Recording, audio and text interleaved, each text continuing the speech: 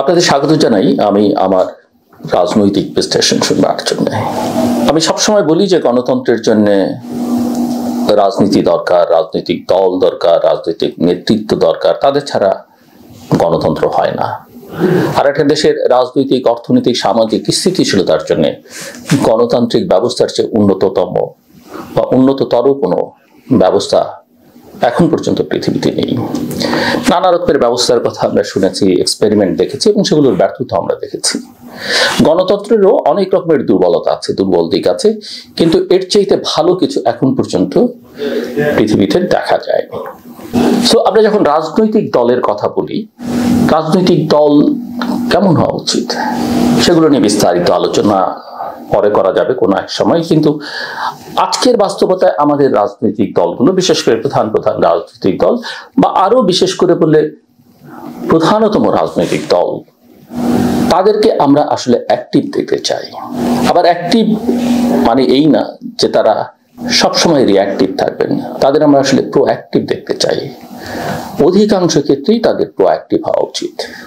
Mu mu করে রাজনীতি হয় না, কিন্তু আমরা অনেক দলের রাজনীতির মধ্যে এখন একটা মিউ মিউ ভাব দেখতে পাই।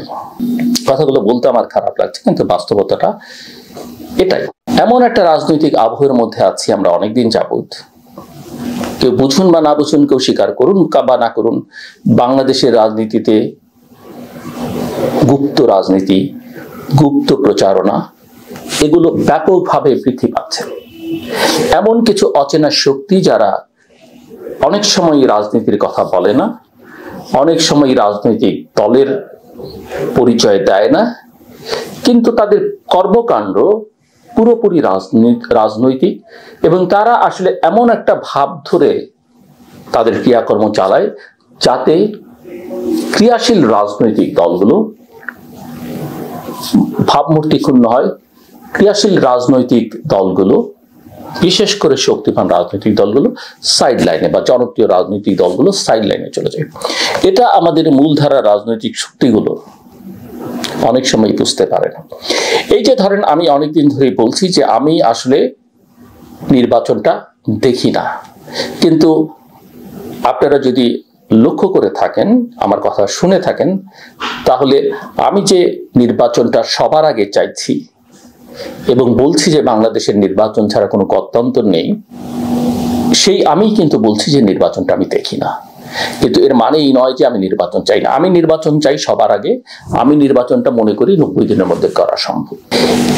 কেন হবে না, কেন দেখি না, সেগুলো আমি বোঝাবার চেষ্টা করছি, বলবার চেষ্টা করছি, কিন্তু যাদের আসলে বোঝা দরকার তারা খুব একটা বুঝতে চান না। সম্প্রতি একটি নতুন রাজনৈতিক দলের একটা তাদের যুব সংগঠনের সভায় নেতৃবৃন্দ বক্তব্য রেখেছেন। আমি কারো নাম ধরে কথা বলতে চাই না।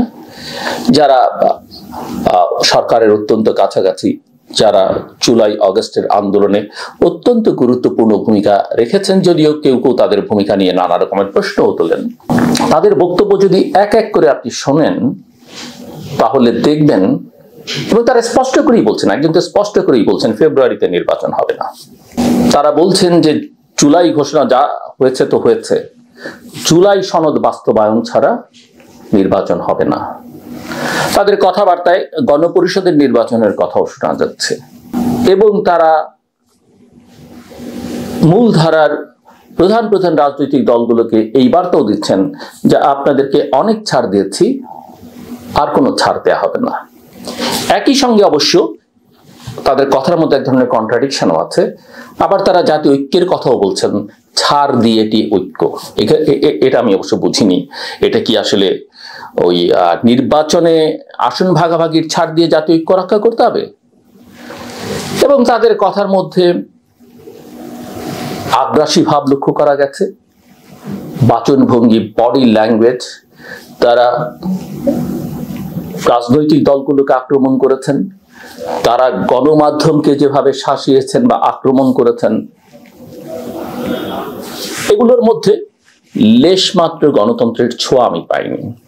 আপনি যদি বলেন গণতন্ত্রের আকাঙ্ক্ষার কথা, আপনার আচার আচরণ কথা বার্তার মধ্যে সহিষ্ণুতা, সহমর্মিতা, সহনশীলতা, ভিন্ন মতকে অ্যাকসেপ্ট করবার প্রবণতা সেটা থাকতে হবে, কিন্তু আমি সেটা দেখতে পাইনি একেবারেই। আবার তাদের কিছু কিছু মেন্টর আছেন, সেই মেন্টররা কি বলছেন, সেই মেন্টরদের কেউ কেউ আবার এটা বলছেন যে নির্বাচনের ফলাফল, ফেব্রুয়ারিতে যে নির্বাচন হবে অপ্রত্যাশিত ফলাফল হবে। মানেটা কি? মানেটা হচ্ছে একটা পারসেপশন এখন তৈরি হয়েছে। সার্ভে টার্ভে তো বলে, হ্যাঁ সার্ভে বলে যে বিএনপির ভোট কমছে, আওয়ামী লীগের ভোট কমছে, জামাত খুব ক্লোজ হয়ে যাচ্ছে বিএনপির, মানুষ এখন ডিসাইড করতে পারছে না কাকে ভোট দেবে। গণ অধিকার পরিষদের প্রধান নুরুল হক নূরের বক্তব্য শুনলাম, তিনি বলছেন যে মানুষ আসলে আর বিএনপি আওয়ামী লীগকে চায় না, সেটাই এখন এইসব জরিপের ফলাফলে প্রমাণিত। চায়টা আসলে কাকে? ওই যে মেন্টর একজন বলছেন বা একাধিক মেন্টর বলছেন যে অপ্রত্যাশিত ফলাফল হবে, যেটা এর আগেই দু একদিন আগে আমার ভিডিওতে বলছিলাম, অনেকেই পরে করছেন পুরো ফল যাবে উল্টে, যেমনটা 1991 সালে একটা ভালো নির্বাচনের মধ্য দিয়ে হয়েছিল। আওয়ামী লীগ ভেবেছিল তারা জিতবে, গোটা দেশবাসী ধারণা করছিল তারা জিতবে, কিন্তু নীরবে ভোটাররা তাদেরকে প্রত্যাখ্যান করে বিএনপিকে জিতিয়েছিল। আবার এবার যেমন বিএনপি খুবই অতি উৎসাহী, ভাবটা মন ক্ষমতায় চলেই গেছেন, হোক না আরো কিছুটা দেরি, অসুবিধা কি আছে, সুযোগ সুবিধা তো পাওয়াই যাচ্ছে কিছু না কিছু, আর জিতবো তো বটেই। কিন্তু ওই 91-এর পুনরাবৃত্তি আমি ধারণা দিচ্ছিলাম যে কেউ কেউ মনে করছেন সেবার তো হয়েছে স্বতঃস্ফূর্ত ভাবে আওয়ামী লীগের জনগণ প্রত্যাখ্যান করেছে, এবার না হয় একটু ম্যানিপুলেট করে টোরে আওয়ামী লীগ তো বিদায়, বিএনপিকে বিদায় করা যাক, তারপরে পছন্দের মতো রাজনৈতিক আদর্শ, রাজনৈতিক শক্তি, রাজনৈতিক দলকে ক্ষমতায় নিয়ে আসা যাবে। আর ক্ষমতায় গেলে যা করা যায়, যা করা হবে, সবকিছু উলট পালট করে দিয়ে সংবিধান থেকে শুরু করে রাজনৈতিক ব্যবস্থা, গণতান্ত্রিক ব্যবস্থা, চেতনা, সব এলোমেলো উলট পালট করে দিয়ে কিছু একটা করা যাবে।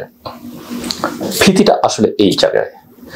যারা মনে করছেন যে সবকিছু ছিমছাম শান্তিপূর্ণ হবে, আমি দেখছি দেশটা আসলে ক্রমশ অশান্ত হয়ে উঠছে, অস্থির হয়ে উঠছে। চারিদিকে নানা দিকে নানা রকমের সংঘাত, দলে দলে, দলের অভ্যন্তরে, এগুলো ক্রমশ বাড়তে থাকবে। কোন দলের হয়ে কে কি করছে, বিএনপির মধ্যে কখন শিবির ঢুকবে, কখন এনসিপি ঢুকবে বা কখন ছাত্রলীগ ঢুকবে আপনি নিশ্চিত না।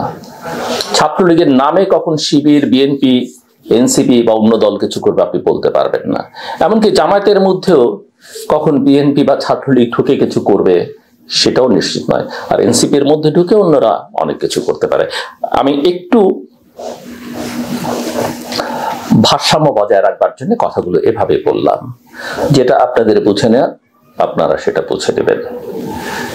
মূল কথা যেটা এই সরকারের সমর্থকদের বলতে চেষ্টা করছেন, এখন সরকারটা আসলে ব্যর্থ। দেখবার দৃষ্টিভঙ্গি, বলবার ভাষা হয়তো ভিন্ন, কিন্তু বাস্তবতা এটাই। একদম শুরুর দিন থেকে নানা রকমের গলদ। এখন সংস্কার কমিশন বলেন, ঐক্যমত কমিশন বলেন, সবাই দিক বিদিক, জ্ঞান শূন্য, ভাবনায় কুলোতে পাচ্ছেন না কোথায় গিয়ে আসলে ইতিটা টানবেন। কিন্তু নানা রকমের চেষ্টা আমরা লক্ষ্য করছি, সেই সব চেষ্টা একাডেমিক্যালি দেখলে খুব ভালো চেষ্টা মনে হয়, কিন্তু আমি আর প্রক্রিয়া নিয়ে প্রশ্ন না তুলে বলি, ফলাফল যেটা আমি দেখতে পাই, এই সমস্ত প্রক্রিয়ার ফলাফলটা আসলে গণতন্ত্রের বিপক্ষে, বাংলাদেশের জনগণের বিপক্ষে, বাংলাদেশের বিপক্ষে।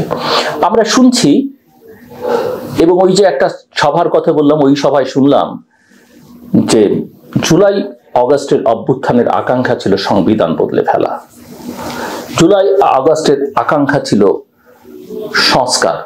আমি এগুলো শুনি না। আমিও সংস্কার চাই, আমিও সংবিধানের ভেতরকার সংস্কার চাই, প্রাতিষ্ঠানিক অনেক সংস্কার দরকার, প্রতিষ্ঠানগুলোকে শক্তিশালী করা দরকার। কিন্তু এর মানে এই নয় যে ওই আন্দোলনে এটা ছিল। ওই আন্দোলন তো স্বতঃস্ফূর্ত, নানা মহল থেকে নানা মানুষ এসে এক জায়গায় যুক্ত হয়েছেন, কারোর সঙ্গে কারো মিল নেই, কারোর সঙ্গে কারো পরিচয় নেই, কিন্তু ঘটনা একটা ঘটে গেছে। ঘটে যাবার পরে ক্রিয়াশীল রাজনৈতিক দলগুলো, সমাজের বিশিষ্ট ব্যক্তিবর্গ, সুশীলরা এবং যে প্রতিষ্ঠানগুলো গুরুত্বপূর্ণ ভূমিকা পালন করে, তারা এক জায়গায় হয়ে আসলে দেশটাকে কোথায় নিয়ে যাওয়া উচিত, গণতন্ত্রে উত্তরণের পথটা কি, সেটা নির্ধারণ করা উচিত ছিল প্রথমে। কিন্তু কেউ করেননি, সবাই গা ছেড়ে হাত ছেড়ে বাঁচবার চেষ্টা করেছেন এবং ফলে যা হবার তাই হয়েছে।